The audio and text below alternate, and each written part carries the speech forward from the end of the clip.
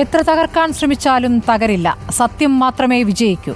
6 മാസത്തെ ജയിൽവാസത്തിന് ശേഷം ജാമ്യം ലഭിച്ച് പുറത്തിറങ്ങിയ ഡൽഹി മുഖ്യമന്ത്രി അരവിന്ദ് കെജ്രിവാളിന്റെ വാക്കുകളാണിത്. ഇഡിക്ക് പിന്നാലെ CBI ഇട്ട പൂട്ടും കോടതി തുറക്കുകയാണ്. ഇനിയും ജാമ്യം നൽകാതിരിക്കുന്നത് നീതി നിഷേധിക്കുന്നതിന് തുല്യമാകും. പൗരന്റെ മൗലികാവകാശം മറികടന്ന് അനിശ്ചിതകാലത്തേക്ക് ജയിലിലടയ്ക്കാനാകില്ല എന്നും ജാമ്യ ഉത്തരവിൽ കോടതി അടിവരയിട്ട് പറയുന്നു. സംശയത്തിനതീതമായ ഏജൻസിയായി മാറാൻ CBIക്ക് കഴിയണമെന്ന് ഓർമ്മിപ്പിച്ചു ഇന്ന് കോടതി. കൂട്ടിലടച്ച തത്തയല്ലെന്ന് ബോധ്യപ്പെടുത്താൻ CBIക്ക് ആകണം. അന്വേഷണ ഏജൻസികളെ ഉപയോഗിച്ച് പ്രതിപക്ഷ നേതാക്കളെ വേട്ടയാടുന്നുവെന്ന ആരോപണമുയരുമ്പോൾ കോടതിയുടെ ഈ പരാമർശങ്ങളും കേജ്രിവാളിന്റെ ജാമ്യവും കേന്ദ്രത്തിനേൽപ്പിച്ച പ്രഹരം ചെറുതല്ല. പരീക്ഷണഘട്ടം കഴിഞ്ഞ് പുറത്തിറങ്ങുന്ന കേജ്രിവാൾ കൂടുതൽ കരുത്തനാകുമോ? കോടതിയിൽ നിന്ന് കിട്ടിയ പ്രഹരത്തെ മറികടക്കാൻ കേന്ദ്രത്തിന്റെ ആവനാടിയിൽ ഇനി എന്തുണ്ടായുധം?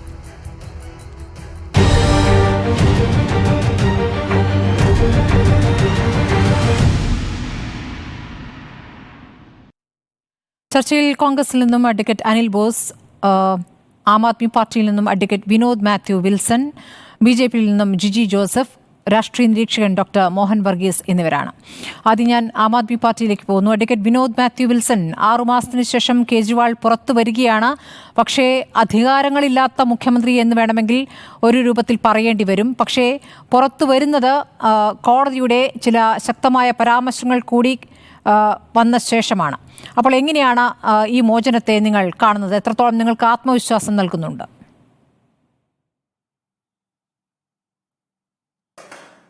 ED അറസ്റ്റ് ചെയ്തതിനു ശേഷം ഇടക്കാല ജാമ്യത്തിൽ അദ്ദേഹം ജയിൽ മോചിതനായി വന്നതിന് ശേഷം കണ്ട രാഷ്ട്രീയ ചരിത്രം അല്ലെങ്കിൽ രാഷ്ട്രീയ സംഭവവാസങ്ങൾ നമ്മളൊക്കെ ചർച്ച ചെയ്തിട്ടുള്ളതാണ്.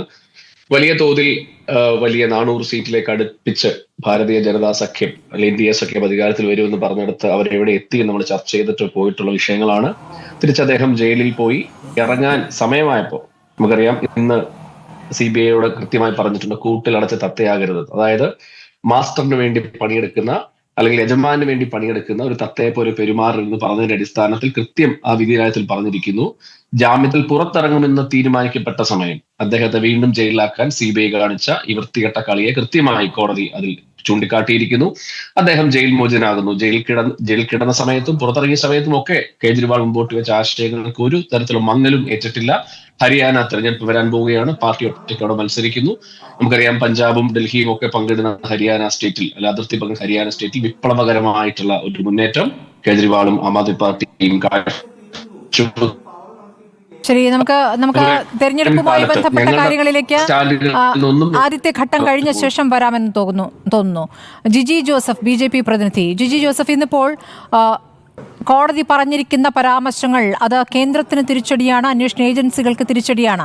ഒരേ കേസിൽ 2 കേന്ദ്ര ഏജൻസികൾ എങ്ങനെയാണ് കേസെടുക്കുന്നതെന്നും സീസറുടെ ഭാര്യ സംശയത്തിന് അതീതമായിരിക്കണമെന്നും പറയുകയാണ്. അതുകൂടാതെ കൂട്ടിലടച്ച തത്തയല്ല CBI എന്ന് തെളിയിക്കേണ്ടതുണ്ട് എന്നുകൂടി ഇന്ന് കോടതി പറയുമ്പോൾ അത് കേന്ദ്രത്തിനേറ്റ തിരിച്ചടി കൂടിയല്ലേ? അത് പ്രതിപക്ഷ നേതാക്കളെ മാത്രം ജയിലടയ്ക്കാൻ ഉപയോഗിക്കുന്നൊരു ആയുധമാണ് എന്ന തോന്നൽ ശക്തിപ്പെടുത്തുന്നതല്ലേ കോടതിയുടെ പരാമർശം?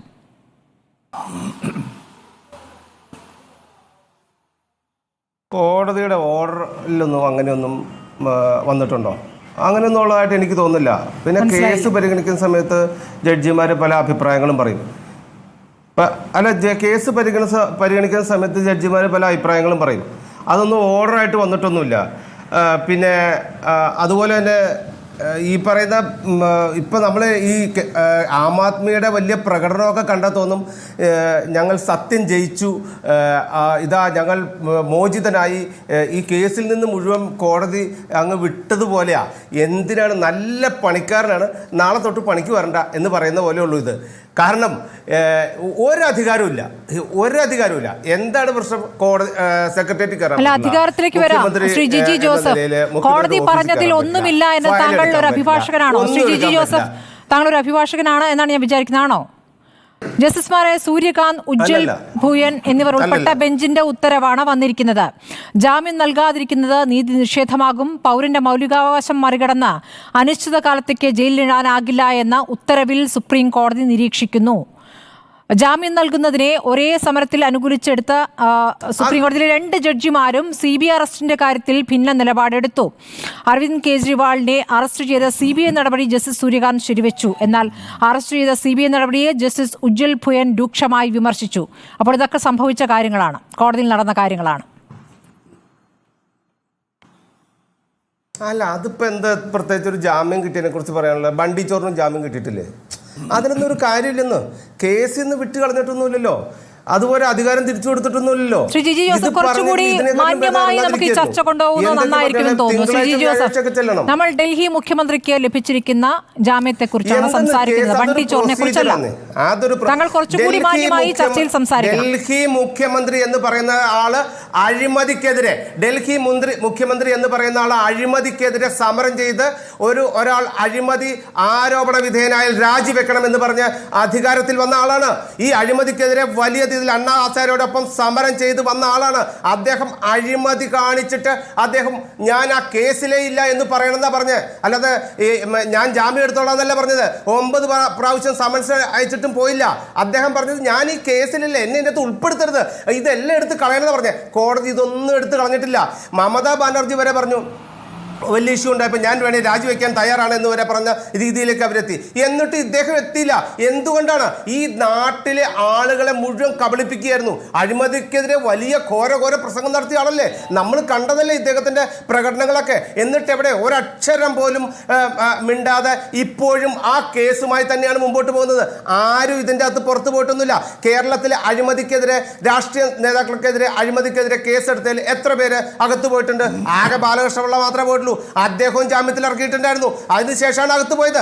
അപ്പോൾ ഇതെല്ലാം പൂർണ്ണമായ ക്ലീൻ ചീറ്റ് കൊടുക്കുന്നതാണ് എന്ന് പറയുന്നത് അത് ദുഷ്ടലാക്കാണ്, വെറുതെ ചർച്ച ഉണ്ടാക്കാൻ വേണ്ടി പറയുന്നത് മാത്രമേ ഉള്ളൂ.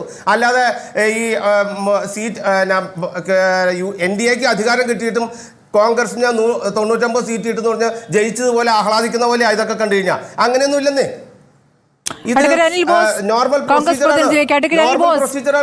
പുറത്തിറങ്ങിയ കേജ്രിവാളിന് അധികാരങ്ങളില്ല എന്നുള്ളതാണ് ഇപ്പോൾ BJPയെ സംബന്ധിച്ച് ആശ്വാസകരമാകുന്നത്.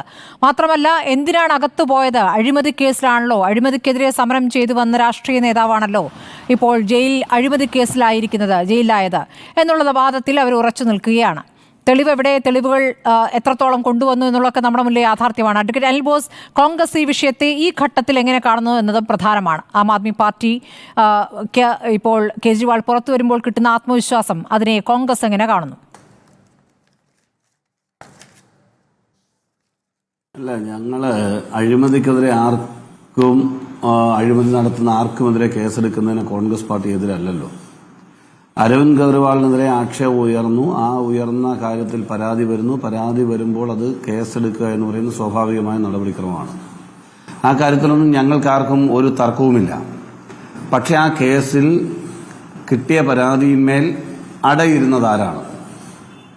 എത്ര കാലം ഈ കേസിൽ അന്വേഷണം നടത്താതെ നെഗോസിയേഷൻ നടത്തി BJPയുടെ അല്ലെങ്കിൽ ഇന്ത്യയുടെ ഭരണ നേതൃത്വം എത്ര കാലം ഇത് വൈകിപ്പിച്ചതിന് ശേഷം ഒരു പാർലമെന്റ് തെരഞ്ഞെടുപ്പിന്റെ പടിവാതിൽക്കൽ നിൽക്കുമ്പോൾ ഒരു പ്രതിപക്ഷ പാർട്ടിയുടെ സഖ്യം രൂപപ്പെടുമ്പോഴാണ് അദ്ദേഹത്തെ അറസ്റ്റ് ചെയ്യുന്നത്. അദ്ദേഹത്തിനെതിരെ പരാതി ഉയർന്നാൽ ആ പരാതി അന്വേഷിക്കരുതെന്ന് ആരും പറഞ്ഞില്ല, അദ്ദേഹത്തിനെതിരെ കേസെടുക്കരുത് എന്ന് ഞങ്ങളാരും പറഞ്ഞില്ല. ആ കേസെടുക്കുന്നതിനോട് ഞങ്ങൾക്ക് വിയോജിപ്പില്ല. പക്ഷെ ആ കേസ് എടുക്കേണ്ട സമയത്ത് എടുത്ത് അറസ്റ്റ് നടപടിക്രമങ്ങൾ പൂർത്തിയാക്കേണ്ടതാണെങ്കിൽ പൂർത്തിയാക്കി, അല്ലെങ്കിൽ അന്വേഷിച്ച് ആവശ്യമായ രേഖകൾ സഹിതം അത് കോടതിയിൽ എത്തിക്കേണ്ടതിന് പകരം ED ഈ കാര്യങ്ങളിൽ കൃത്യമായി അവരുടെ അന്വേഷണ സംവിധാനങ്ങൾ ഉപയോഗിച്ചുകൊണ്ട് അദ്ദേഹത്തെ അറസ്റ്റ് ചെയ്തു. അനവസരത്തിലെ അറസ്റ്റ്, ഉചിതമല്ലാത്ത സമയത്തെ ഇടപെടൽ, അതുമായി ബന്ധപ്പെട്ട് നടത്തേണ്ടുന്നതായ അന്വേഷണം ഈ 5.5 മാസക്കാലം ജയിലിൽ കിടന്നിട്ടും അവർക്ക് രേഖകൾ അവിടെ സബ്മിറ്റ് ചെയ്യാൻ കഴിഞ്ഞില്ല എന്ന് പറഞ്ഞാൽ അത് ഗുരുതരമായ വീഴ്ചയാണ്. കൃത്യമായ രേഖകളില്ലാതെ, കുറ്റങ്ങൾ കണ്ടെത്താതെ ഒരാളെ അകാരണമായി കാലങ്ങളോളം ജയിലിലിടുക എന്ന് പറയുന്നത് രാഷ്ട്രീയ പ്രേരിതമാണ് എന്ന് നമുക്ക് കാണാൻ കഴിയും. മാത്രമല്ല, ഇതിൽ വളരെ ഗൌരവമായി കാണേണ്ടത് ഇതിന്റെ അകത്തെ കേസ് കേട്ട ഉജ്വൽ എന്ന് പറയുന്ന ജഡ്ജി തന്നെ പറഞ്ഞിട്ടുള്ള ഏറ്റവും പ്രധാനപ്പെട്ട മറ്റൊരു കാരണമുണ്ട്. തെരഞ്ഞെടുപ്പ് സമയത്ത് ED കേസിൽ താൽക്കാലികമായി അരവിന്ദ് കെജ്രിവാളിന് ജാമ്യം അനുവദിക്കുകയുണ്ടായി. ഈ അനുവദിക്കുന്നതുവരെ CBI എടുത്ത കേസിൽ CBI എന്തെടുക്കുമായിരുന്നു? എത്ര മാസക്കാലമാണ് CBI കേസെടുത്തിട്ട് ഇതിനെ സംബന്ധിച്ച് ഒരു നടപടിയും സ്വീകരിക്കാതിരുന്നത്? കോടതിയുടെ ഇടപെടലിൽ അരവിന്ദ് കെജ്രിവാൾ എന്ന് പറയുന്ന വ്യക്തിക്ക് തെരഞ്ഞെടുപ്പുമായി ബന്ധപ്പെട്ട് കണ്ടീഷൻ ബെയിൽ അനുവദിക്കുമ്പോൾ ആ അനുവദിക്കുന്ന സമയത്ത് മാത്രം എന്തിനാ അറസ്റ്റ് ചെയ്യാൻ CBIക്ക് വ്യഗ്രത? 22 മാസം CBI കാത്തിരുന്നത് എന്തിനാണ്? ഒരേ കേസിൽ അറസ്റ്റ് ചെയ്യുമ്പോൾ CBI 22 മാസം എന്തിന് കാത്തിരുന്ന ചോദ്യം കൂടിയുണ്ടല്ലോ. അത് കോടതി ചോദിച്ചു. അതെ, അത് തന്നെയാണ് ജസ്റ്റിൽ ഉജ്വൽ ഭുയാൻ ചോദിച്ച ചോദ്യമാണ്. അതെ, അദ്ദേഹം വളരെ കൃത്യമായി ചോദിച്ചു. 22 മാസത്തിലേറെ ഈ പരാതിയും കേസും കെട്ടും എല്ലാം നിങ്ങളുടെ കയ്യിൽ ഇരുന്നിട്ട് ED ജാമ്യം കൊടുക്കുന്ന ദിവസമാണോ നിങ്ങൾക്ക് അറസ്റ്റ് ചെയ്യണമെന്ന് തോന്നുന്നത് എന്ന് ചോദിച്ചാൽ അതിനർത്ഥം എന്താ? ഇവിടെ ആം ആദ്മി പ്രതിനിധി, ഞാൻ ആദ്യമായിട്ടാണ് അദ്ദേഹം ചർച്ചയിൽ ഇരിക്കുന്നത്. രാഷ്ട്രീയമായ വിയോജിപ്പുകളൊക്കെ ഉണ്ടാവും. അല്ല, മറ്റേ BJPയുടെ പ്രതിനിധി, അദ്ദേഹവുമായി ഞാൻ ആദ്യമായിട്ടാണ് ചർച്ചയിലിരിക്കുന്നത് എന്നാണ് എന്റെ ഓർമ്മ. പക്ഷെ നമ്മൾ സംസാരിക്കുമ്പോൾ പാലിക്കേണ്ട ഔചിത്യമുണ്ട്. ഇന്ത്യയിൽ 2 തവണ നമ്മൾ ആലോചിക്കേണ്ടത്, ഞങ്ങൾ രാഷ്ട്രീയമായി എതിർത്തിട്ടുണ്ട്. അല്ലല്ല, നിങ്ങൾ സംസാരിക്കേണ്ട, ഞാൻ സംസാരിക്കട്ടെ. മനസ്സിലായില്ലേ? ആ പണിയൊന്നും ഇങ്ങോട്ട് വേണ്ട, ഞാൻ പറയട്ടെ. അപ്പൊ നിലവിൽ അരവിന്ദ് കേജ്രിവാൾ എന്ന് പറയുന്ന വ്യക്തിയോട് ഞങ്ങൾക്ക് വിയോജിപ്പുണ്ട്, രാഷ്ട്രീയമായി വിയോജിപ്പുണ്ട്. ഞങ്ങൾ എതിർത്തിട്ടുണ്ട്, ഞങ്ങൾ എതിർത്ത് മത്സരിച്ചിട്ടുണ്ട്. ധാരണയിലെത്തേണ്ട സന്ദർഭത്തിൽ ധാരണയിലെത്തിയിട്ടുണ്ട്. നിങ്ങൾ കാണണം, ഡൽഹി പോലൊരു സ്റ്റേറ്റിൽ, ഇന്ത്യയിലെ എല്ലാ സംസ്ഥാനത്തിന്റെയും പരിച്ഛേദങ്ങളുള്ള സ്റ്റേറ്റിൽ ഒരു തെരഞ്ഞെടുപ്പിൽ വന്നതിന് ശേഷം ആ സഭ പിരിച്ചുവിട്ട് വീണ്ടും തെരഞ്ഞെടുക്കപ്പെടാൻ കഴിഞ്ഞ ഒരാളെ ബണ്ടി ചോറിനോട് ഉപമിക്കുക എന്ന് പറഞ്ഞാൽ അതിന് മറുപടി പറയേണ്ടത് ആരാ? ഏത് ഭാഷയിലാണ് മറുപടി പറയേണ്ടത്? എന്ത് മര്യാദകളാണ് ഈ മനുഷ്യൻ ഈ ചർച്ചയിൽ വന്നിട്ട് സംസാരിച്ചത്? എനിക്ക് ആം ആദ്മിയുടെ വക്കാലത്തൊന്നുമില്ല. പക്ഷെ എങ്കിൽ പോലും ഒരു ചർച്ചയിൽ പാലിക്കേണ്ട മിനിമം മര്യാദയുണ്ട്, രാഷ്ട്രീയ മര്യാദ. ഞാൻ അരവിന്ദ് കേജ്രിവാളിനെ ഇന്ത്യ സഖ്യത്തിന്റെ ഭാഗമായതുകൊണ്ടല്ല, ഞങ്ങൾ എതിർത്തിട്ടുണ്ടെന്നേ, ഞങ്ങൾ വിയോജിക്കുമെന്നേ. രാഷ്ട്രീയം പറഞ്ഞ് വിയോജിക്കണം. ബണ്ടി ചോറും അരവിന്ദ് കേജ്രിവാളും ഒന്നാണെന്നാണോ? എന്താ BJPയുടെ അങ്ങനെ ഉപമിക്കാൻ പറ്റുന്ന ഒരുപാട് പേര് BJP കാണും. ഇതെല്ലാം കൺട്രോൾ ചെയ്യുന്ന ആളുകൾ, മനസ്സിലായില്ലേ? അവരെയൊക്കെയാണ് അത് പോയി പറയേണ്ടത്. ചർച്ചയിൽ സംസാരിക്കുമ്പോൾ ഒരു അഭിഭാഷകനാണെങ്കിൽ അല്ലെങ്കിൽ ഒരു പൊതുപ്രവർത്തകനാണെങ്കിൽ പാലിക്കേണ്ട ചില ഔചിത്യങ്ങളുണ്ട്. രാഷ്ട്രീയ എതിരാളികളോടാവട്ടെ ക്രിയാത്മകമായ വിമർശനമാകാം, ശരി, ഒരു ഔചിത്യം കാണിക്കണം ഇത്തരം കാര്യങ്ങളിൽ. ഈ ചർച്ച കേൾക്കാനിരിക്കുന്ന ആളുകൾ ഇത് ഓഫ് ചെയ്ത് പോകാതിരിക്കണമെങ്കിൽ, നാളെയും മാന്യത കിട്ടണമെങ്കിൽ കുറച്ച് മര്യാദ കാണിക്കണം. ഇവിടെ നമ്മുടെ പോയിന്റ് എന്താ?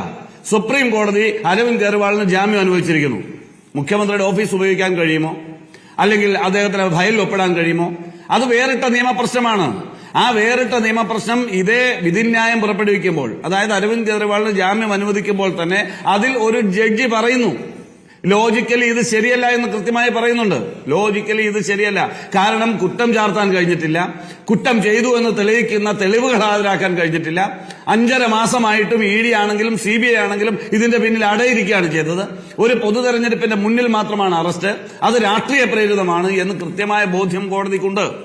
ഇപ്പോൾ പോലും ഈ വന്ന വിധിന്യായത്തിൽ, അല്ലെങ്കിൽ ഇപ്പോൾ വിധിയല്ല, ഇതിന്റെ അത് ബെയിൽ ആപ്ലിക്കേഷൻ മേലുള്ള നടപടിക്രമം, ആ നടപടിക്രമത്തിൽ പോലും ആ നടപടി എടുത്ത ജഡ്ജി തന്നെ പറയുന്നു ഇത് ശരിയായ നടപടിയല്ല എന്ന് പറഞ്ഞുകൊണ്ട് വിമർശിച്ചുകൊണ്ടാണ് ഇത്തരമൊരു നടപടിയിലേക്ക് പോയിട്ടുള്ളത്.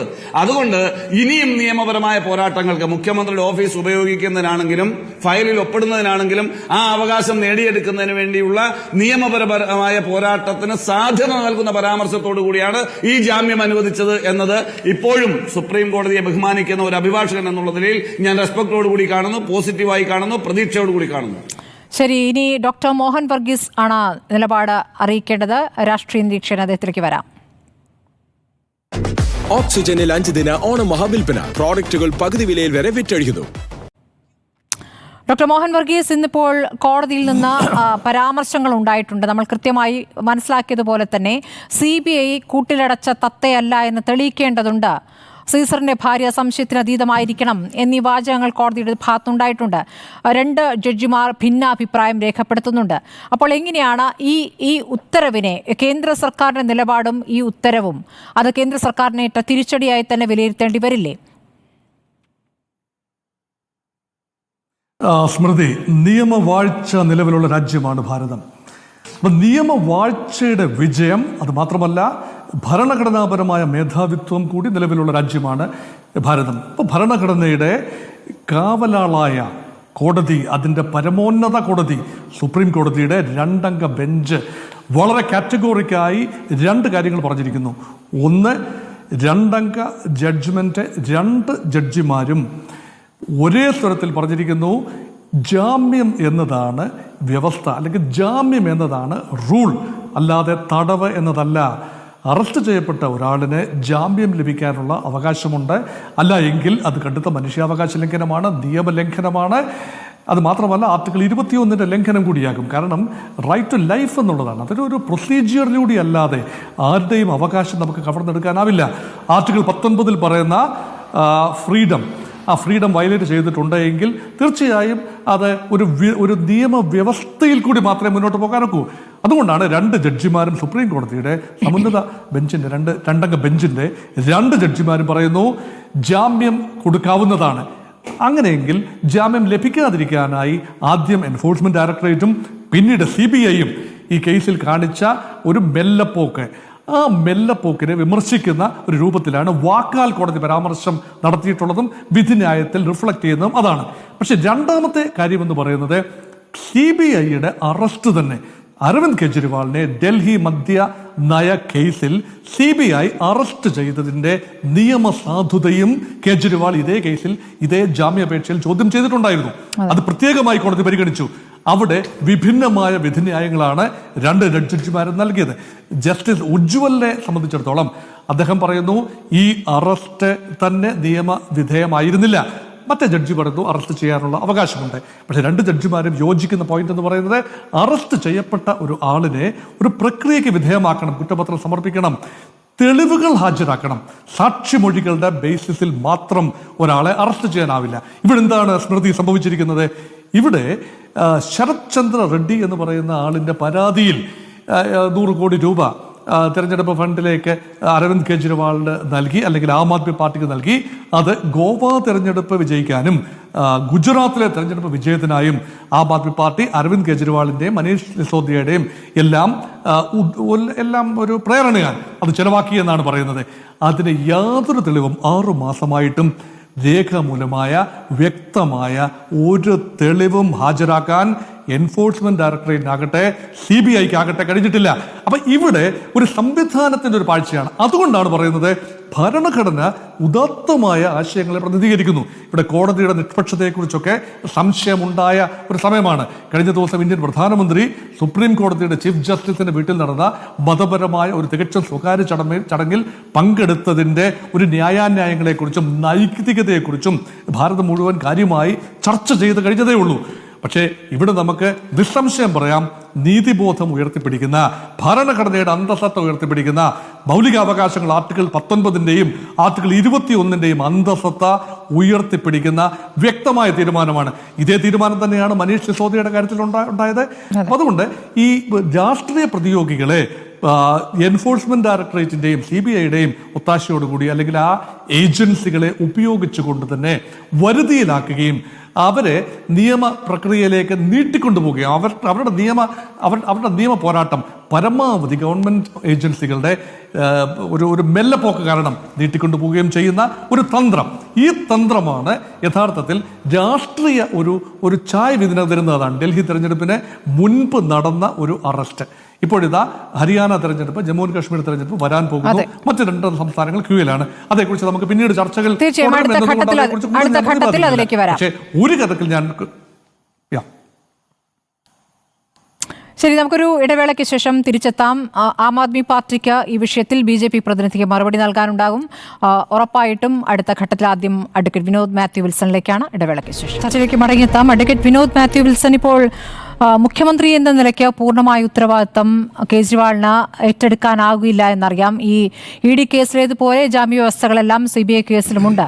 അപ്പോൾ അദ്ദേഹത്തിന് ഫയലുകൾ നോക്കാൻ പറ്റില്ല, ഓഫീസിൽ പോകാൻ പറ്റില്ല, ഒപ്പുവെക്കാൻ പറ്റില്ല എന്ന എല്ലാ വ്യവസ്ഥകളുമുണ്ട്. അപ്പോൾ കൈകൾ കെട്ടപ്പെട്ട ഒരു മുഖ്യമന്ത്രി പുറത്തിറങ്ങി എന്ന് മാത്രം എന്നുള്ളതാണ് എതിരാളികളും ആദ്യം ഉന്നയിക്കുന്ന വാദം. കേട്ടല്ലോ.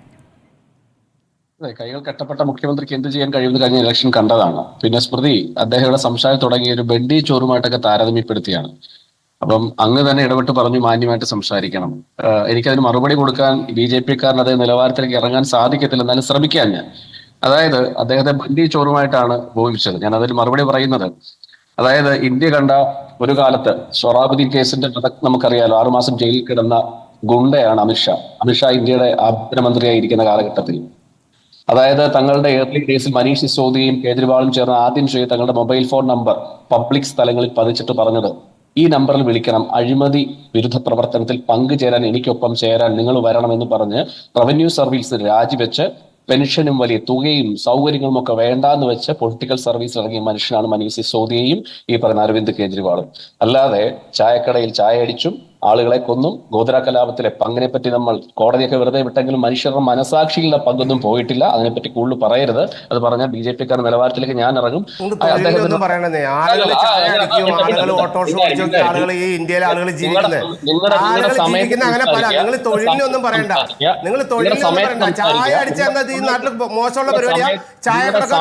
ജീവിക്കാൻ പറ്റില്ല, ഓട്ടോറിക്ഷക്കാരനും കൂലിപ്പണി ചെയ്യുന്ന നാട്ടിൽ ജീവിക്കാൻ പറ്റില്ല.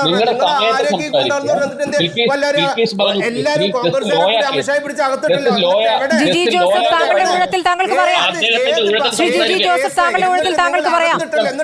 ജിജി ജോസഫ് താങ്കളുടെ ഊഴത്തിൽ താങ്കൾക്ക് പറയാം.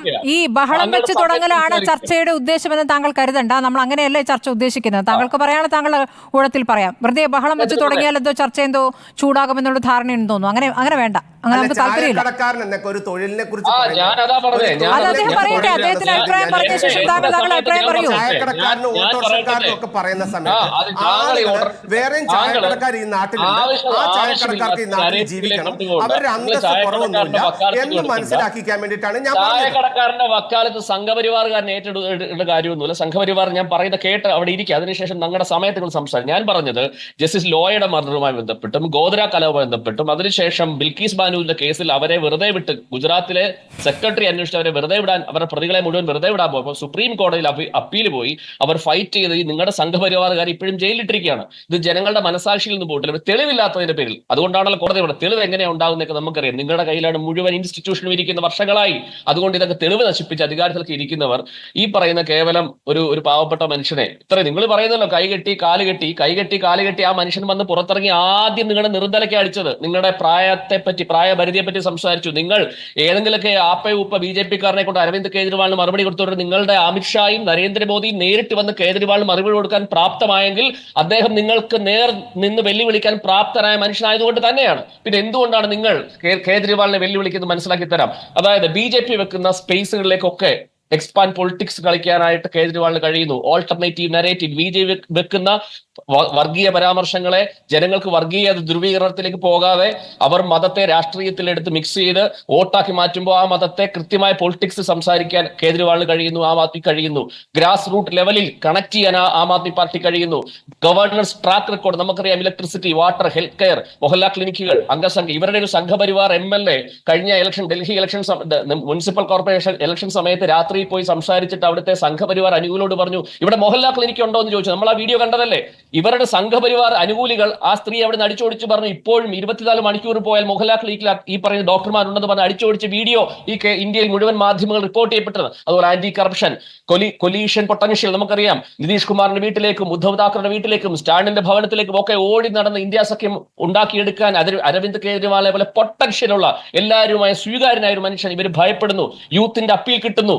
അതുപോലെ തന്നെ ഡൽഹിക്ക് പുറത്തേക്ക് ഈ പാർട്ടി വളരുന്നു. പഞ്ചാബിലും ഹരിയാനയിലും ഡൽഹിയിലും ഗുജറാത്തിലും ഒക്കെ ഈ പാർട്ടി വളരുന്നു. ശരി, വിനോദ് മാത്യു വിൽസൺ, നമുക്ക് അദ്ദേഹത്തിന്റെ വരവിന്റെ സമയത്തെ കുറിച്ച് നോക്കുകയാണെങ്കിൽ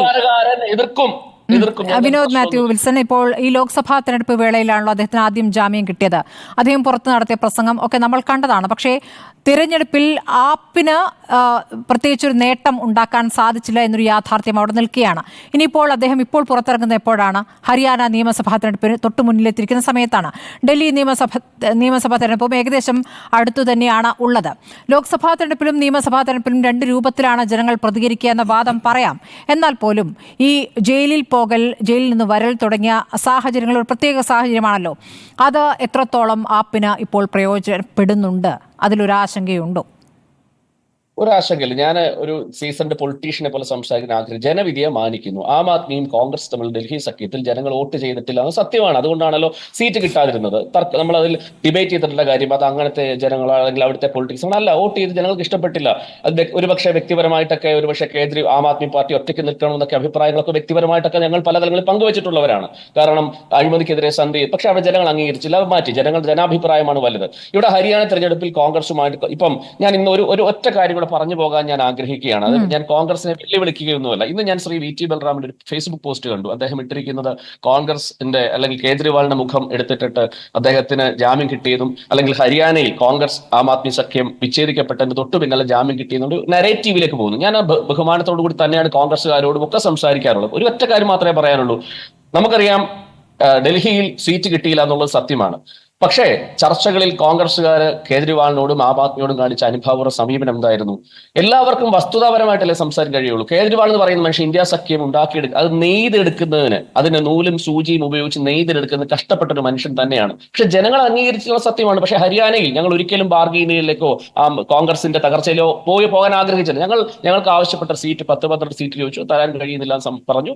ഞങ്ങൾ സഖ്യത്തിൽ ഒരുപക്ഷെ ഇതിനുശേഷം സഖ്യം ഉണ്ടായിരിക്കാം, സഖ്യത്തിലേക്ക് വരുമായിരിക്കാം. അതുകൊണ്ട് കോൺഗ്രസിന്റെ തകർച്ചയ്ക്ക് വേണ്ടിയിട്ട് ഒന്നുമല്ല. ആം ആദ്മി ഉണ്ടായ കാലം മുതൽ എടുത്ത നിലപാടുകൾ കാലം തെളിയിച്ചതാണ്. കൃത്യമായിട്ട് BJPക്കെതിരെ സംഘപരിവാറിനെതിരായിട്ടുള്ള സ്റ്റാൻഡുകൾ തന്നെയാണ് എടുത്തത്. ആദ്യ സമയങ്ങളിൽ സംഘപരിവാറിനെ പ്രോത്സാഹിപ്പിക്കാനാന്നൊക്കെ കോൺഗ്രസ്സുകാരും കമ്മ്യൂണിസ്റ്റുകാരും ഒക്കെ പറഞ്ഞുണ്ടാക്കിയെങ്കിലും അവരുടെ ആ നരേറ്റീവ് ഒക്കെ കള്ളമായിരുന്നു, ചരിത്രം തെളിയിച്ചതാണ്. അതുകൊണ്ട് ഹരിയാനയിൽ കൃത്യമായിട്ട് ഈ പറയുന്ന നിയമസഭാ ഇലക്ഷനിൽ ആം ആദ്മി പാർട്ടിക്ക് അദ്ദേഹത്തിന്റെ വരവ് ഗുണം ചെയ്യും, അദ്ദേഹത്തിന്റെ പൊളിറ്റിക്കൽ സ്പേസ് ഗുണം ചെയ്യും. അദ്ദേഹം കഴിഞ്ഞ തവണ ഇറങ്ങി വന്ന പൊളിറ്റിക്കൽ ക്യാമ്പയിൻ നടത്തിയതിന്റെ ക്രെഡിറ്റോട് അതിന്റെ അനുഭവത്തിലും അതിന്റെ പശ്ചാത്തലത്തിലും തന്നെയാണ് ഇന്ത്യ സഖ്യം മുൻപന്തിയിൽ വന്നെന്ന് വിശ്വസിക്കുന്ന ഒരു ആം ആദ്മിക്കാരൻ എന്ന നിലയിൽ മാത്രമല്ല, രാഷ്ട്രീയം പരിശോധിക്കുന്ന, മാധ്യമങ്ങളെ കേൾക്കുന്ന, മാധ്യമങ്ങളുടെ വാർത്തകൾ വിശകലനം ചെയ്തൊരു മനുഷ്യൻ കൃത്യമായി നമുക്കൊക്കെ ബോധ്യപ്പെട്ടതാണ് അദ്ദേഹത്തിന്റെ ആ പൊളിറ്റിക്കൽ സ്പേസും നരേന്ദ്രമോദിയോട് നേരിട്ട് അറ്റാക്ക് ചെയ്യാൻ അദ്ദേഹം കാണിച്ച ധൈര്യവും ജനങ്ങൾ അംഗീകരിച്ചാണ്. പക്ഷേ ഡൽഹിയിൽ നമുക്കറിയാം അവിടുത്തെ ആ സാധ്യത, അവർ തമ്മിലുള്ള സഖ്യ സാധ്യത അവിടുത്തെ ജനങ്ങൾ ഏറ്റെടുത്തില്ല. പക്ഷെ നമുക്ക് അറിയാം അവിടുത്തെ പൊളിറ്റിക്കൽ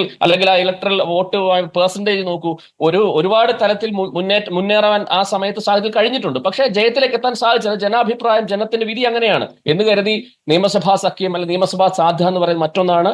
ആം ആദ്മി ഹരിയാനയിലും വൻ കുതിപ്പ് നടത്തും. അതൊരിക്കലും കോൺഗ്രസിനോ ഇവിടുത്തെ ജനാധിപത്യ സംവിധാനത്തിനോ എതിരൊന്നുമല്ല. അതെന്ന് പറയുന്നത് ഞങ്ങളുടെ ലക്ഷ്യം, ഞങ്ങൾ എപ്പോഴും പറയുന്നത്, BJP പറയുന്നത് കോൺഗ്രസ് മുക്ത ഭാരതമാണെങ്കിൽ ഞങ്ങൾ പറയുന്നത് ഞങ്ങളുടെ ആഗ്രഹം BJP മുക്ത ഭാരതമാണ്. അതിന് ഞങ്ങൾ മുൻപുണ്ടാവും. ശരി അനിൽ ബോസ്, ഇപ്പോൾ 90 അംഗ ഹരിയാന സഭയിൽ 6 മുതൽ 8 സീറ്റ് വരെ മത്സരിക്കാൻ കൊടുക്കാമെന്ന് കോൺഗ്രസ് ആപ്പിനോട് പറഞ്ഞിരുന്നു. അതിനോട് ആദ്യം ആപ്പ് യോജിപ്പിന്റെ സ്വരമാണ് കാണിച്ചത്. പക്ഷെ മത്സരിക്കുന്ന സീറ്റുകൾ ഞങ്ങൾ നിശ്ചയിക്കും എന്ന് ആം ആദ്മി പാർട്ടി പറയുകയായിരുന്നു. അങ്ങനെയാണ് ആ ചർച്ച പാളിയിരിക്കുന്നത്. ഹരിയാന ആണെങ്കിൽ ഇപ്പോൾ BJPയിൽ വലിയ പ്രതിസന്ധികളുണ്ട്. സീറ്റ് കിട്ടാത്തവർ രാജിവെക്കുന്നു. അങ്ങനെ ഒരു പ്രതിസന്ധി നിൽക്കുന്ന ഒരു സംസ്ഥാനം കൂടിയാണ്. അപ്പോൾ ഈ അനുകൂല സാഹചര്യം ഒരുമിച്ച് നേടിയെടുക്കാൻ അനുകൂല സാഹചര്യം രണ്ട് പാർട്ടികൾക്കും ഒരുപോലെ കിട്ടുന്ന ഒരു സംവിധാനമായി ഹരിയാനയിൽ തെരഞ്ഞെടുപ്പ് പോകില്ല എന്നാണോ മനസ്സിലാക്കേണ്ടത്? ഒറ്റയ്ക്ക് മത്സരിക്കുക എന്നുള്ളതാണ് ആപ്പിനെ ഇഷ്ടപ്പെടുന്നവർ ആഗ്രഹിക്കുന്നത്, അല്ലെങ്കിൽ ആപ്പിനെ പിന്തുണയ്ക്കുന്നവർ ആഗ്രഹിക്കുന്നത് എന്നാണ് ആ പ്രതിനിധി പറയുന്നത്.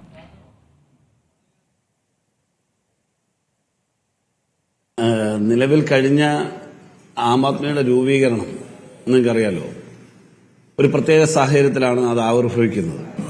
പലർക്കും അറിയുമോ എന്നറിയില്ല. ആം ആദ്മി കാ സിപായി എന്ന് പറയുന്ന ഒരു ഓർഗനൈസേഷൻ സെറ്റപ്പ് ഇന്ത്യൻ നാഷണൽ കോൺഗ്രസിന്റെ യുവജന വിഭാഗമായ യൂത്ത് കോൺഗ്രസുമായി ബന്ധപ്പെട്ടുണ്ടായിരുന്നു. വിനോദിന് അറിയുമായിരിക്കും എന്ന് ഞാൻ കരുതുന്നു, ഇല്ലെങ്കിൽ അദ്ദേഹത്തിന് പരിശോധിക്കാവുന്നതാണ്. അങ്ങനെ ആം ആദ്മി കാ സിപായി എന്ന് പറയുന്ന ഒരു പോളിസി കോൺഗ്രസ് പാർട്ടിയിൽ കൊണ്ടുവന്ന് ഒരു പുതിയ പ്രവർത്തന പ്രക്രിയയ്ക്ക് രൂപം നൽകിയ നേതാവിന്റെ പേര് ശ്രീ രാഹുൽ ഗാന്ധി എന്നാണ്. അന്ന് കോൺഗ്രസിന്റെ വാർ റൂമിൽ ഉണ്ടായിരുന്ന ആളുകളിൽ പെടുന്ന ആളുകളാണ് പിന്നീട് ആം ആദ്മി പാർട്ടിയുടെ നേതാക്കളായി മാറിയ ഹൈദരാബാദിൽ ആം ആദ്മി കാ സിപായി എന്ന് പറയുന്ന തലത്തിൽ ഇന്ത്യയിലെ തെരഞ്ഞെടുക്കപ്പെട്ട ആളുകളുടെ ഒരു യോഗം രാഹുൽ ഗാന്ധി വിളിച്ചു ചേർക്കുകയുണ്ടായിരുന്നു. ഒരു നല്ല പ്രോഗ്രാമായിരുന്നു. ആ പ്രോഗ്രാമിൽ പങ്കെടുത്ത ആളുകളാണ് യോഗേന്ദ്ര യാദവും അരവിന്ദ് കെജ്രിവാളും അതുപോലെ തന്നെ പ്രശാന്ത് ഭൂഷണും അടക്കമുള്ള ആളുകൾ. പിന്നീടാണ് ഡൽഹിയിൽ തിരിച്ചെത്തുന്നതും കോൺഗ്രസിനെ ബിൽഡപ്പ് ചെയ്യുന്നതിന് വേണ്ടി ഒരു തെരഞ്ഞെടുപ്പ് രാഷ്ട്രീയത്തിലേക്ക് പോകേണ്ട സമയത്ത് അണ്ണാ ഹസാരയുടെ സമരം വരികയും ആ സമരത്തിന്റെ ഭാഗമായി ഒരു ജനകീയ പ്രശ്നം എന്നുള്ള നിലയിൽ ഈ നേതാക്കളൊക്കെ ചെന്ന് പിന്നീട് ഈ ശിവായിയൊക്കെ വേണ്ടി അവർ സ്വന്തമായി പാർട്ടി രൂപവൽക്കരിച്ചു. അതിന് പ്രത്യേകമായ ഒരു സവിശേഷ സാഹചര്യം, നിർഭയ സംഭവം അടക്കം വളരെ കൃത്യമായി ഗവൺമെന്റിനെതിരായി ഉയർത്തിക്കൊണ്ടുവരാൻ കഴിഞ്ഞു. അണ്ണാ ഹസാരെ മുൻനിർത്തിയുള്ള പോരാട്ടം, അതിന്റെ അകത്ത് ലാഭം കിട്ടിയത് അരവിന്ദ് കെജ്രിവാളിനാണ്. അതിലൊരു സ്വന്തമായിട്ടൊരു പാർട്ടി ഉണ്ടാക്കാൻ കഴിഞ്ഞു. സത്യത്തിൽ ഇതിന്റെ ഈ ആം ആദ്മി എന്ന് പറഞ്ഞ പേര് പോലും കോൺഗ്രസ് പാർട്ടിയുടെ ഒരു ഫോറത്തിന്റെ ഭാഗമായി വന്നതാണ്. അപ്പൊ അങ്ങനെ വന്നു, അതിരിക്കട്ടെ. അതിനുശേഷം തെരഞ്ഞെടുപ്പ് വന്നു. ഒരു ജനകീയമായ ഒരു മുന്നേറ്റം, അഴിമതിക്കെതിരെ അല്ലെങ്കിൽ സ്ത്രീ പീഡനങ്ങൾക്കെതിരെ, കുട്ടികളുടെ ജീവൻ കവർന്നെടുക്കുന്ന ഒരു സാഹചര്യം, പീഡനം, ഇത്തരം വിഷയങ്ങൾ ഉയർത്തിക്കൊണ്ടുപോകുന്നത്. അതിന്റെ ശരിതെറ്റുകളിലേക്ക് ഇപ്പോൾ പരിശോധിച്ചാൽ മനസ്സിലാക്കാൻ കഴിയും. അതിലൊന്നും ഗവൺമെന്റോ കോൺഗ്രസോ ഉത്തരവാദിയായിരുന്നില്ല എന്ന് നമുക്ക് മനസ്സിലാക്കാൻ കഴിയും. പക്ഷെ അന്ന് ആ ക്യാമ്പയിൻ വിജയിച്ചു. ആ ക്യാമ്പയിന്റെ ഗുണഭോക്താവായി ആ പോരാട്ടത്തിലുണ്ടായിരുന്ന യോഗേന്ദ്ര യാദവ് ആയിരുന്നു ഏറ്റവും മുന്നിലുണ്ടായിരുന്നത്. ഓർഗനൈസേഴ്സ് തെറ്റുവിൽ അദ്ദേഹത്തിന് പടിയിറങ്ങേണ്ടി വന്നു. സ്വരാജ് എന്ന് പറയുന്ന മറ്റൊരു പ്രസ്ഥാനം രൂപീകരിക്കേണ്ടി വന്നു. പ്രശാന്ത് ഭൂഷണ് പടിയിറങ്ങേണ്ടി വന്നു. അതുപോലെ തന്നെ കിരൺ ബേദിക്ക് BJPയോടൊപ്പം കൂടേണ്ടി വന്നു. അപ്പം പിന്നീട് സിസോദിയയ്ക്കും അരവിന്ദ് കെജ്രിവാളിനുമാണ് ഇതിന് അവസരം കിട്ടിയത്. അവർ ആ അവസരം ഭംഗിയായി ഉപയോഗിച്ചു. അവർ ഒരുപാട് കാര്യങ്ങൾ ചെയ്തിട്ടുണ്ടാവും. പല പോരായ്മകളും അഭിപ്രായ വ്യത്യാസങ്ങളും ഞങ്ങൾക്കൊക്കെ ഉണ്ട്. ഇവിടെ ഞങ്ങൾ മുഖത്തോട് മുഖം നോക്കി തെരഞ്ഞെടുപ്പിൽ, ഡൽഹി നിയമസഭാ തെരഞ്ഞെടുപ്പിൽ 1 അല്ല 2 വട്ടം എതിർത്തു. ഞങ്ങൾ പരാജയപ്പെട്ടു. അവർ ജയിച്ചു. ജനാധിപത്യ ക്രമത്തിൽ ജയിക്കുന്നവരാണ് കാര്യങ്ങൾ തീരുമാനിക്കുന്നത്. അങ്ങനെ ജയിക്കുന്ന ഒരു ഗവൺമെന്റിന്റെ ഭാഗമായി അവർ പ്രവർത്തിച്ചു പോരുമ്പോൾ വിയോജിപ്പുണ്ടായിട്ടുള്ള സന്ദർഭങ്ങളിൽ കോൺഗ്രസ് പരാതി പറഞ്ഞിട്ടുണ്ട്, പരാതി കൊടുത്തിട്ടുണ്ട്, ആക്ഷേപങ്ങൾ ഉന്നയിച്ചിട്ടുണ്ട്. അതൊക്കെ ഇന്ത്യൻ കോൺസ്റ്റിറ്റ്യൂഷൻ അനുവദിക്കുന്ന കാര്യമാണ്. എന്നാൽ പിന്നീട് വന്ന മാറിയ രാഷ്ട്രീയ സാഹചര്യത്തിൽ ഇന്ന് ഇന്ത്യൻ ഭരണകൂടം നടത്തുന്ന ഫാസിസ്റ്റ് സമീപനങ്ങൾ, അവരോട് യോജിക്കാൻ കഴിയാത്ത ഒരു സാഹചര്യം വന്നപ്പോൾ പ്രത്യയശാസ്ത്രമായി ഭിന്നിച്ചു നിൽക്കുന്ന രാഷ്ട്രീയ പാർട്ടികളടക്കം യോജിച്ച ഒരു പ്ലാറ്റ്ഫോം ഉയർന്നു. അതിന്റെ അകത്ത് അരവിന്ദ് കെജ്രിവാൾ സൂചിയും നൂലും കൊണ്ടുവന്നു അതിന്റെ വലിപ്പമോ അല്ലെങ്കിൽ അതിന്റെ ചെറുപ്പമോ ഒന്നും ഞാൻ ചർച്ച ചെയ്യാനില്ല. ഇന്ത്യയിലെ പ്രതിപക്ഷ പാർട്ടികളുടെ ഒരു ഏകോപനത്തിൽ പല പാർട്ടികൾക്കും പല നേതാക്കൾക്കും പങ്കുണ്ട്. ആ പങ്കിനെ ഞാൻ ബഹുമാനപൂർവ്വം കാണുന്നു.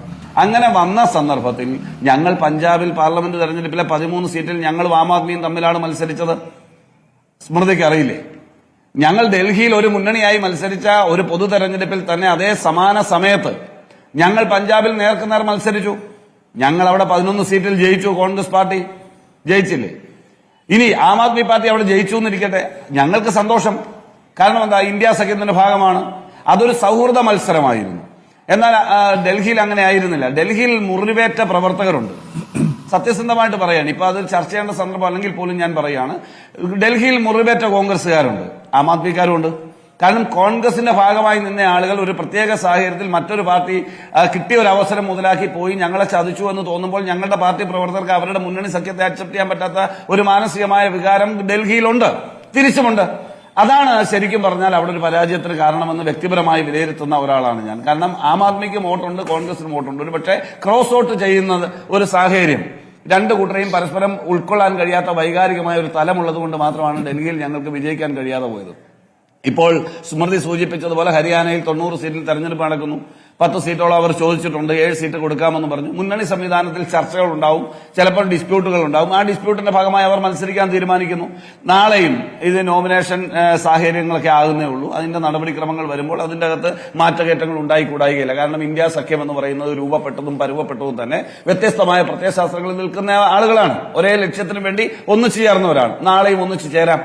ഞങ്ങൾക്ക് വൈരാഗ്യ ബുദ്ധിയോടുകൂടിയൊന്നും ഞങ്ങൾ ആം ആദ്മി പാർട്ടിയെ കാണുന്നില്ല. പക്ഷെ ആം ആദ്മി പാർട്ടിയുടെ തുടക്കത്തിന്റെ സന്ദർഭത്തിൽ ഉണ്ടായ വേദന ഞങ്ങൾക്കുണ്ട്.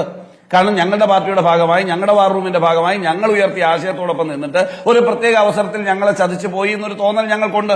അത് ഞങ്ങളുടെ പാർട്ടിയുടെ ആളുകൾക്ക് ആ വികാരം അന്നുമുണ്ട്, ഇന്നുമുണ്ട്, എനിക്കുമുണ്ട്.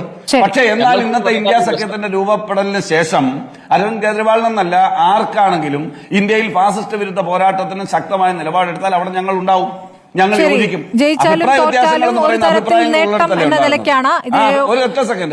ഒറ്റ സെക്കൻഡ് സ്മൃതി അഭിപ്രായങ്ങൾ ഉണ്ടാകുക എന്നുള്ളതാണ് പ്രശ്നം. അതുണ്ടാകണം. ഒന്നിലധികം അഭിപ്രായങ്ങൾ ഉണ്ടാകുമ്പോൾ ഡിബേറ്റ് ഉണ്ടാവും. ആ ഡിബേറ്റിൽ ഉരുത്തിരിയുന്ന ഉത്തരം ഏതോ അത് ശരിയെന്ന് അംഗീകരിക്കുന്നിടത്താണ് ജനാധിപത്യത്തിന്റെ മഹിമ ഉയർന്നു നിൽക്കുന്നത്. അതിന് കഴിയണം. അത് പാർട്ടിക്കാണെങ്കിലും വ്യക്തിക്കാണെങ്കിലും കഴിയണം.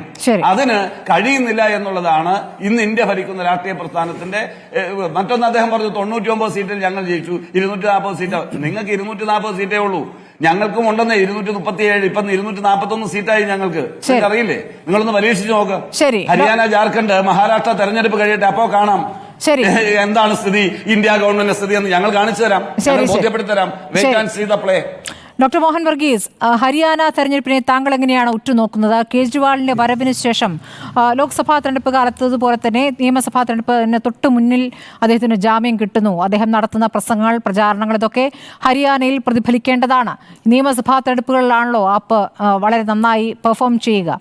ഹരിയാനയിലെ ഒരു സാധ്യത എങ്ങനെയാണ് കാണുന്നത്? അവിടെ ഒരു സഖ്യ സാധ്യത കേജ്രിവാൾ വന്ന ശേഷം അതിനൊരു സാധ്യത എത്രത്തോളം കോൺഗ്രസുമായി ഒരു സഖ്യ സാധ്യത താങ്കൾ കാണുന്നുണ്ട്? മാത്രമല്ല അവിടെ BJPയുടെ നിലവിലെ സാഹചര്യം എന്നുള്ളത് അവിടെ പാർട്ടിക്കകത്ത് ആഭ്യന്തര ഭിന്നത നല്ലോണം മൂർച്ഛിച്ചിട്ടുണ്ട്.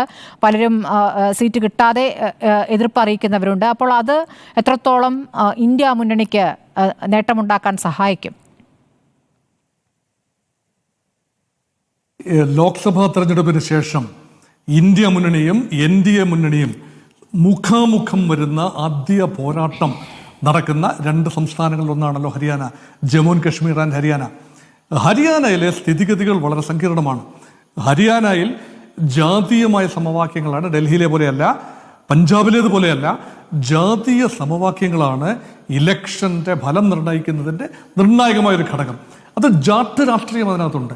ഇപ്പോൾ നിലവിൽ ജാട്ട് രാഷ്ട്രീയത്തിന് ചുക്കാൻ പിടിക്കുന്നത് ഭൂപീന്ദർ ഹൂഡ എന്ന കോൺഗ്രസിന്റെ നേതാവ്, മുൻ മുഖ്യമന്ത്രിയാണ്. അദ്ദേഹത്തിന്റെ മകൻ ദീപേന്ദർ ഹൂഡ. എന്നാൽ കോൺഗ്രസ് രാഷ്ട്രീയത്തിൽ ചേരികളുണ്ട്, ഹരിയാനയിൽ ചേരികളുണ്ട്. അത് ഷെൽജ എന്ന ദളിത് വിഭാഗക്കാരി ലേഡി അവർ നയിക്കുന്ന ഒരു വിഭാഗമുണ്ട്. രൺദീപ് സിംഗ് സുർജേവാലയുടെ ഒരു ചേരിയുണ്ട്. ചേരി എന്ന് പറയുന്നത് ശരിയല്ല, ഗ്രൂപ്പ് വഴക്കുകളുണ്ട്. അപ്പോൾ അവിടെ കോൺഗ്രസ് പാർട്ടി പൊതുവെ അനുകൂലമായൊരു സാഹചര്യം ഹരിയാനയിൽ കാണുമ്പോഴും കോൺഗ്രസ് പാർട്ടിക്കുള്ളിലെ പടലപ്പിണക്കങ്ങൾ ഒരു വിഷയമാണ്. മറുവശത്ത് ഭാരതീയ ജനതാ പാർട്ടിയിൽ സുസജ്ജമല്ല കാര്യങ്ങൾ. ഭാരതീയ ജനതാ പാർട്ടിയുടെ മുഖ്യമന്ത്രിയെ മനോഹർലാൽ ഖട്ടറിനെ മാറ്റി പരീക്ഷിക്കേണ്ട ഒരവസ്ഥ വന്നു. 6 മാസം മുമ്പ്, ലോക്സഭാ തെരഞ്ഞെടുപ്പിന് മുൻപ് നവദീപ് സിംഗ് സൈനിയെ അവിടെ കൊണ്ടുവന്ന് മുഖ്യമന്ത്രിയായിട്ട് കൊണ്ടുവന്നു. അപ്പോൾ അങ്ങനെ സൈനിയുടെ നേതൃത്വത്തിൽ OBC വോട്ട് ഹാർനസ് ചെയ്യുന്നതിന്റെ ഭാഗമായി BJP പരീക്ഷിക്കുകയാണ്. മാത്രമല്ല ഏറെ MLA-മാരെ മാറ്റി പുതുമുഖങ്ങൾക്ക് സ്ഥാനം കൊടുക്കുമ്പോൾ വ്യക്തമാണ് സന്ദേശം. ആന്റി ഇൻകംബൻസി, അതായത് ഭരണവിരുദ്ധ വികാരം ഹരിയാനയിൽ അതിന്റെ മൂർധന്യത്തിലെത്തി. അതിനുള്ള പല കാരണങ്ങളുണ്ട്. കർഷക പ്രക്ഷോഭത്തിന്റെ അലയൊലികളുണ്ട്. ഗുസ്തി താരങ്ങൾ അനുഭവിക്കുന്ന സമ്മർദ്ദമുണ്ട്. 2 ഗുസ്തി താരങ്ങളെ, വിനേഷ് ഫോഗാട്ടിനെയും ബജ്രംഗ് പുനിയയെയും കോൺഗ്രസ് സ്ഥാനാർത്ഥികളായി നിർത്തുമ്പോൾ സ്വാഭാവികമായി അതൊരു വലിയ ഒരു വിഷയം തന്നെയാണ്. അതൊക്കെ അതിനെല്ലാം പുറമെയാണ് ആം ആദ്മി പാർട്ടിക്ക് ഒരു ചെറിയ പ്രസൻസ് ഹരിയാനയിൽ ഉണ്ട്. അത് നിഷേധിക്കാനാവില്ല. പക്ഷെ ആ ഒരു പ്രസൻസ് എന്ന് പറയുന്നത് പാൻ ഹരിയാന പ്രസൻസ് അല്ല. അതാണ് പ്രത്യേകത. പഞ്ചാബിനോട് ചേർന്ന് ഉള്ള, ഡൽഹിയോട് പഞ്ചാബിനോടും ചേർന്ന് കിടക്കുന്ന ഹരിയാനയിലെ ചില പ്രദേശങ്ങളിൽ ആം ആദ്മി പാർട്ടിക്ക് പോക്കറ്റുകളുണ്ട്. അവിടുത്തെ ഫലം നിർണ്ണയിക്കുന്നതിൽ ആം ആദ്മി പാർട്ടിയുടെ റോള് വളരെ വലുതാണ്. അതുകൊണ്ട് കോൺഗ്രസ് ആം ആദ്മി പാർട്ടി സഖ്യം ഉണ്ടായിരുന്നു എങ്കിൽ BJPക്കെതിരെ വരുന്ന ആന്റി ഇൻകംബൻസി ഭരണവിരുദ്ധ വോട്ടുകൾ ചിതറിപ്പോവില്ലായിരുന്നു. ആം ആദ്മി പാർട്ടി ഒറ്റയ്ക്ക് മത്സരിക്കാൻ ഇപ്പോൾ തീരുമാനിച്ച സ്ഥിതിക്ക് സ്വാഭാവികമായി BJPക്ക് അവിടെ ആശ്വസിക്കാം. കാരണം പുറത്തിറങ്ങുന്ന കേജ്രിവാൾ ശക്തനായ കേജ്രിവാൾ ആണ് എങ്കിൽ ആം ആദ്മി പാർട്ടി സടകുടഞ്ഞെഴുന്നേക്കാൻ തക്ക ഒരു, പഞ്ചാബിലെ അത്രയും ഒരു ആഴത്തിൽ വേരോട്ടമില്ല ഹരിയാനയിൽ എന്ന് സമ്മതിക്കുന്നു. അങ്ങനെയെങ്കിൽ നഷ്ടപ്പെടാൻ പോകുന്നത് കോൺഗ്രസിന് ലഭിക്കാവുന്ന ആന്റി BJP വോട്ടുകളാണ്. അതിന്റെ നേട്ടം ലഭിക്കുന്നത് തീർച്ചയായും BJP എന്ന പാർട്ടിക്ക് തന്നെയാണ്. അതാണ് അതിന്റെ സത്യം. എന്നാൽ ഈ 3 ഘടകങ്ങൾ, ആം ആദ്മി പാർട്ടി, കോൺഗ്രസ്, BJP, ഇതിനുപരിയായി ഏതാണ്ട് 20 മുതൽ 30% വരെ വോട്ടുകൾ വീഴുന്നത് പൊതുവെ JJP എന്ന ചെറിയ പാർട്ടി, അതുപോലെ അനേക ചെറിയ പാർട്ടികൾ, ശക്തരായ സ്വതന്ത്രന്മാർ, പാർട്ടി വിമതന്മാർ, അത് BJP വിമതന്മാരുണ്ടാകും, കോൺഗ്രസ് വിമതന്മാരുണ്ടാകും, സീറ്റ് നിഷേധിക്കപ്പെട്ട ആൾക്കാരുണ്ടാകും. അതുകൊണ്ട് വലിയ രാഷ്ട്രീയ സദാചാരമൊന്നും നമുക്ക് ഹരിയാനയിൽ അവകാശപ്പെടാനാവില്ല. ആയാറാം ഗായാറാം എന്ന പ്രയോഗം തന്നെ വന്നത് ഹരിയാനയിൽ നിന്നാണ്. അതുകൊണ്ട് സങ്കീർണമായ ഒരു തെരഞ്ഞെടുപ്പ് ചിത്രം ഹരിയാനയിൽ ഉരുത്തിരിഞ്ഞു വരുമ്പോൾ പുറത്തു വന്ന, ഇപ്പോൾ നമ്മൾ സംസാരിക്കുന്നത് പുറത്തു വന്ന ജയിൽ മോചിതനായി ജാമ്യം ലഭിച്ച് പുറത്തു വന്ന കേജ്രിവാൾ അകത്ത് നിൽക്കുന്ന കേജ്രിവാളിനേക്കാൾ ശക്തനാണോ എന്നതാണ് വിഷയം. അങ്ങനെ ശക്തനായിരുന്നു എങ്കിൽ ഡൽഹിയിൽ താൽക്കാലിക ജാമ്യം കിട്ടി പുറത്തു വന്നപ്പോൾ മെയ് മാസം 2024 മെയ്യിൽ ഫൈനൽ ഘട്ടം തെരഞ്ഞെടുപ്പിന് മുൻപ് കേജ്രിവാൾ 2 ആഴ്ചത്തേക്ക് പുറത്തു വന്നപ്പോൾ ഡൽഹി പിടിച്ചെടുക്കാൻ ആം ആദ്മി പാർട്ടി കഴിയുമായിരുന്നു. അതുകൊണ്ട് ആം ആദ്മി പാർട്ടിയെ സംബന്ധിച്ചിടത്തോളം ഈ ബാക്ക് ഫുട്ടിൽ തന്നെയാണ് ഇപ്പോഴും. കാരണം അരവിന്ദ് കേജ്രിവാളിന്റെ ഇൻവിൻസിബിലിറ്റി, കറകളഞ്ഞ ഒരു പ്രതിച്ഛായ, അതിന് തീർച്ചയായും മങ്ങലേറ്റിരിക്കുന്നു. സംശയത്തിന്റെ ലാഞ്ചനകൾ തീർച്ചയായും പൊതുജനങ്ങൾക്കുണ്ട്, സംവിധായകർക്കുണ്ട്. ഡൽഹിയിലെ സംവിധായകർ അരവിന്ദ് കേജ്രിവാളിന്റെ പിന്നിൽ ഉറച്ചു നിന്നില്ല. ഒരു പക്ഷേ വേണമെങ്കിൽ പറയാം മോദി തരംഗം എന്ന് വേണമെങ്കിൽ പറയാം. പക്ഷേ ഡൽഹിയിൽ മാത്രം അങ്ങനെയാണ് മോദി തരംഗം ഉണ്ടാകുന്നത്. ഉത്തർപ്രദേശിലാണ് മോദി തരംഗം ഉണ്ടാകേണ്ടത്. രാമക്ഷേത്രത്തിന്റെ ചിറകിലേറി ഉത്തർപ്രദേശിലും ഹരിയാനയിലും ഒന്നും സംഭവിക്കാത്ത, മഹാരാഷ്ട്രയിലും ഒന്നും സംഭവിക്കാത്ത ഒരു രാമതരംഗം ഡൽഹിയിൽ മാത്രം എങ്ങനെയാണ് സംഭവിക്കുക? അതുകൊണ്ട് തന്നെ ആം ആദ്മി പാർട്ടിക്ക് അങ്ങനെ ഒരു ഇൻവിൻസിബിലിറ്റി ഇല്ല. അങ്ങനെയാണെങ്കിൽ പഞ്ചാബിൽ ഭരണകക്ഷിയാണല്ലോ ആം ആദ്മി പാർട്ടി. പഞ്ചാബിലാണെങ്കിലും 11 സീറ്റുകൾ നേടിയത് കോൺഗ്രസ് ആണ്. ആം ആദ്മി പാർട്ടി 2-3 സീറ്റ് കൊണ്ട് തൃപ്തിപ്പെടേണ്ടി വന്നു ലോക്സഭാ തെരഞ്ഞെടുപ്പിൽ. അതുകൊണ്ടാണ് ആം ആദ്മി പാർട്ടി ഒരു റീജിയണൽ പ്ലെയർ എന്നുള്ള നിലയിൽ ഹരിയാനയിൽ വലിയ പ്രസക്തിയൊന്നുമില്ല. പക്ഷേ ജയപരാജ്യങ്ങളെ നിശ്ചയിക്കുന്ന 20 സീറ്റിലെങ്കിലും ജയപരാജ്യങ്ങളെ നിശ്ചയിക്കാൻ ആം ആദ്മി പാർട്ടിയുടെ സ്ഥാനാർത്ഥികൾ കഴിയും. പക്ഷേ അവസാന നിമിഷം ഒരുപക്ഷെ കേജ്രിവാൾ മുൻകൈയെടുത്ത് രാഹുൽ ഗാന്ധിയുമായ ഒരു സഖ്യമായി ആം ആദ്മി പാർട്ടി കോൺഗ്രസ് അലയൻസിൽ മുന്നോട്ട് പോകാനും സാധ്യത തെളിയുന്നുണ്ട്, പ്രത്യേകിച്ചും കേജ്രിവാൾ വെളിയിൽ വന്ന സ്ഥിതിക്ക്. ശരി, ജിജി ജോസഫ്, ഹരിയാനയിൽ BJPയുടെ സാധ്യതകളെ എങ്ങനെയാണ് താങ്കൾ കാണുന്നത്? ഇപ്പോൾ ശ്രീ മോഹൻ വർഗീസ് പറഞ്ഞത് താങ്കൾ കേട്ടല്ലോ. BJPക്ക് അകത്തെ ഭിന്നത പ്രശ്നങ്ങളുണ്ട്.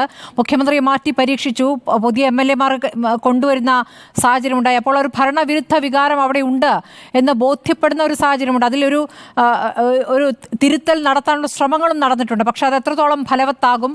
അപ്പുറത്ത് കോൺഗ്രസ് വലിയ പ്രതീക്ഷകൾ വയ്ക്കുന്നു. ആം ആദ്മി പാർട്ടിയുമായി ചർച്ച പൂർണ്ണമായി അവസാനിച്ചു എന്ന് ഈ ഘട്ടത്തിൽ പറയാനുമാകില്ല.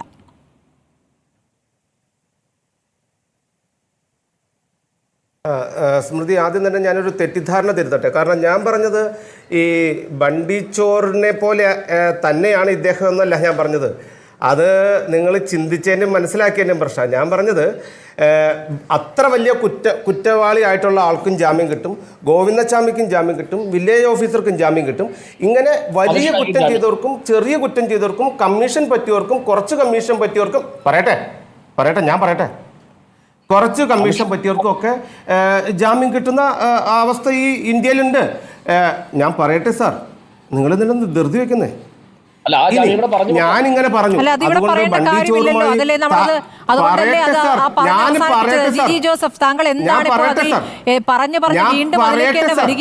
എന്താണ് അതിന്റെ അർത്ഥം? എന്താണ് രാഷ്ട്രീയ വിഷയമല്ലേ? രാഷ്ട്രീയ നേതാക്കളുടെ പറയാൻ അനുവദിക്കും, അല്ല സ്മൃതി പറയാൻ അനുവദിക്കും. നിങ്ങള് ആങ്കറാണ്, അതൊക്കെ ഞാൻ സമ്മതിച്ചു. പക്ഷെ ഞങ്ങൾ പറയാൻ അനുവദിക്കണം.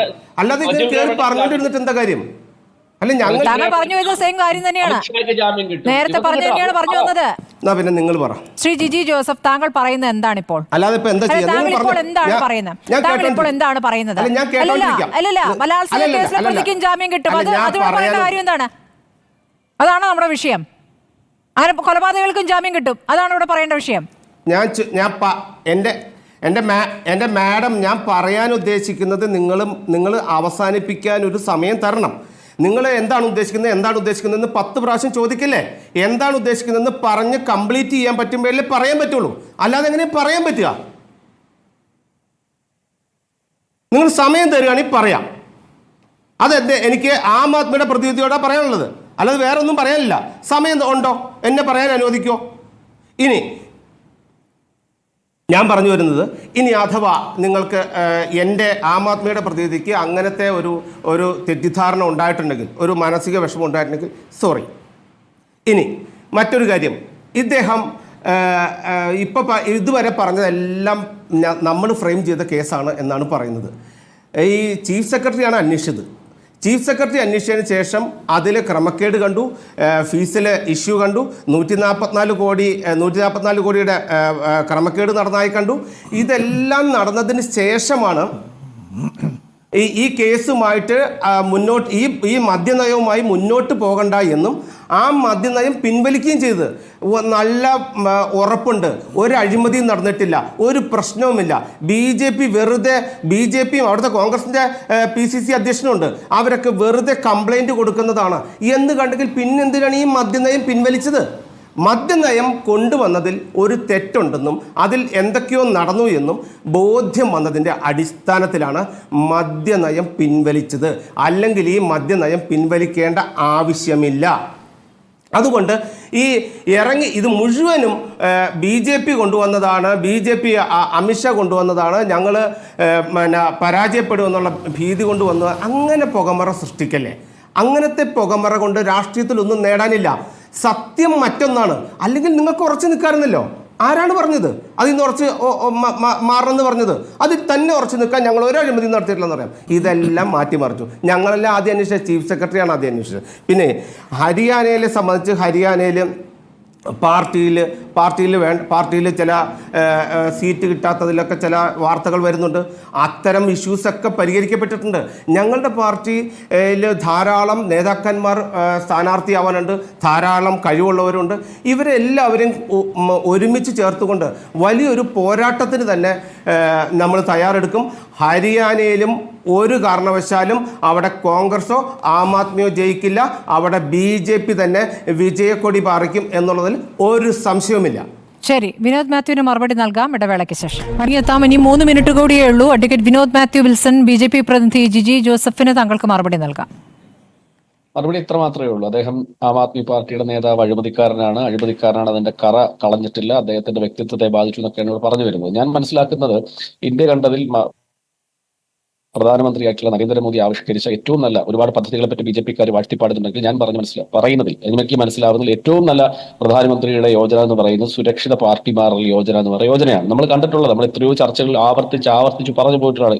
ഹേമന്ത് ബിശ്വാസിനെ പറ്റി, സുദീപ് തോസൻ, ശാരദാ ചിട്ടി ഫണ്ട് സുദീപ് തോസനെ പറ്റി, യെദ്യൂരപ്പയെ പറ്റി, വ്യാപം കേസ് അഴിമതിയിലെ പ്രതികളെ പറ്റി, നാരായണ റാണയെ പറ്റി, ശിവസേന ഭാവന ഗവാലിയെ പറ്റി, അങ്ങനെ എത്രയോ മനുഷ്യരാണ് BJP-യിൽ ചേർക്കുമ്പോൾ ഒരു വാഷിംഗ് മെഷീനിലൂടെ കടന്നുപോയി അഴിമതിക്കാരല്ലാതായി മാറുന്നത്. തൊട്ടു മുമ്പ് വരെ, അതായത് BJP ചേരുന്നതിന് തലേ ദിവസം വരെ അഴിമതിക്കാരാണെന്ന് BJP-ക്കാർ പറയുകയും ഈ പാർട്ടിയിൽ ചേർന്നുകൂടി അഴിമതിക്കാരല്ലാവുകയും ചെയ്ത മനുഷ്യരൊക്കെ നമ്മുടെ നാട്ടിൽ ജീവിച്ചിരിപ്പുണ്ട്. മാത്രമല്ല, ഈ കേസിലകത്ത് എന്താ സംഭവിച്ചത്?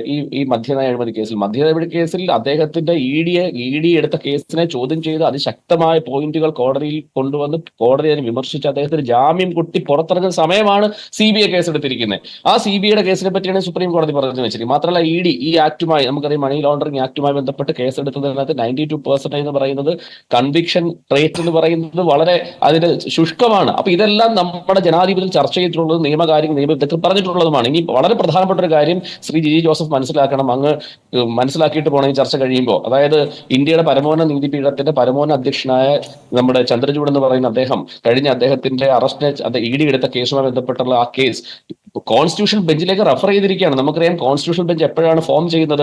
ഭരണഘടനാപരമായിട്ടുള്ള റൈറ്റ് ടു ലൈഫിനെ പറ്റി, റൈറ്റ് ടു ഇക്വാളിറ്റിയെ പറ്റി ഭരണഘടനാപരമായിട്ടുള്ള വലിയ ചോദ്യം ചോദിക്കേണ്ട സമയത്ത്, അല്ലെങ്കിൽ 5 അധികം ജഡ്ജിമാരിന് വിശാലമായ ഒരു വിഷയം ചർച്ച ചെയ്ത് അത് ലോ ഓഫ് ദി ലാൻഡ് ആക്കി മാറ്റുന്ന സവിശേഷമായ ഒരു സംവിധാനത്തിലേക്ക് അരവിന്ദ് കെജ്രിവാളിന്റെ കേസ് റെഫർ ചെയ്തിരിക്കുന്നു. ഒരുപക്ഷെ സെക്ഷൻ 45-ന്റെയും സെക്ഷൻ 19 മണി ലോണ്ടറിംഗ് 19-ന്റെയും ഒക്കെ ബന്ധപ്പെട്ടുള്ള വലിയ ചർച്ചകൾ അരവിന്ദ് കെജ്രിവാളിന്റെ കേസിലുണ്ടാവും. അതുകൊണ്ട് അക്കാഡമിക് തലത്തിലും നമുക്കറിയാം, ഒരുപക്ഷെ അടുത്ത അനിൽ ബോസ് ഒക്കെ സൂചിപ്പിച്ചതുപോലെ കേജ്രിവാൾ വരുന്നതോടുകൂടി നിങ്ങളുടെ ഭാവി എത്രത്തോളം ഉണ്ട് എന്നൊക്കെയുള്ള നമുക്കറിയാം. ആടി ഒളിഞ്ഞ് നിൽക്കുന്ന നിങ്ങളുടെ സഖ്യം എത്ര മുമ്പോട്ട് പോകുന്ന അറിയത്തില്ല. അതുകൊണ്ട് നിങ്ങൾ ഭയപ്പെടാതിരിക്കും. ഞങ്ങൾ നിങ്ങളെ വേട്ടയാടാൻ വരത്തില്ല, രാഷ്ട്രീയപരമായി നിങ്ങളെ തകർക്കാനില്ല. പക്ഷേ നിങ്ങളിൽ പലരും ഈ കേസുമായി ബന്ധപ്പെട്ട് അഴിമതിക്കാരായി അകത്തു പോകുന്ന സാഹചര്യം ഉണ്ടാവും. അതുകൊണ്ട് അരവിന്ദ് കെജ്രിവാളിന്റെ വ്യക്തിത്വത്തിനോ അദ്ദേഹത്തിന്റെ ശുദ്ധിക്കോ ഒരു കളങ്കവും ഏറ്റിട്ടില്ല. ശ്രീ അനിൽ ബോസ് പറഞ്ഞതുപോലെ ഡൽഹിയിൽ ഉണ്ടായതെന്ന് പറയുന്ന രാഷ്ട്രീയമായ സമവാക്യത്തെ ജനങ്ങൾ ഏറ്റെടുത്തില്ല എന്നുള്ളത് മാത്രമാണ്. ഹരിയാനയിൽ പാർട്ടി മെച്ചമുണ്ടാക്കും. ഡൽഹിയിൽ നിയമസഭാ തെരഞ്ഞെടുപ്പ് വരാൻ പോവുകയാണ്. അവിടെ പാർട്ടി അധികാരത്തിൽ വരാതിരിക്കത്തക്ക ഒരു വിഷയവും ഞങ്ങൾ കാണുന്നില്ല. അതുകൊണ്ട് നമുക്ക് ഇനിയുള്ള ദിവസങ്ങളിൽ ചർച്ച ചെയ്യാം. അതുകൊണ്ട് ഞങ്ങൾ ആ വിഷയത്തിൽ ശുഭാപ്തി വിശ്വാസമുള്ളവർ തന്നെയാണ്. ശരി, വളരെ നന്ദി advocate Vinod Mathew Wilson, advocate Anil boss, ഒപ്പം തന്നെ ജിജി ജോസഫ്, ഡോക്ടർ മോഹൻ വർഗീസ് ചർച്ചയിൽ പങ്കെടുത്തതിന്.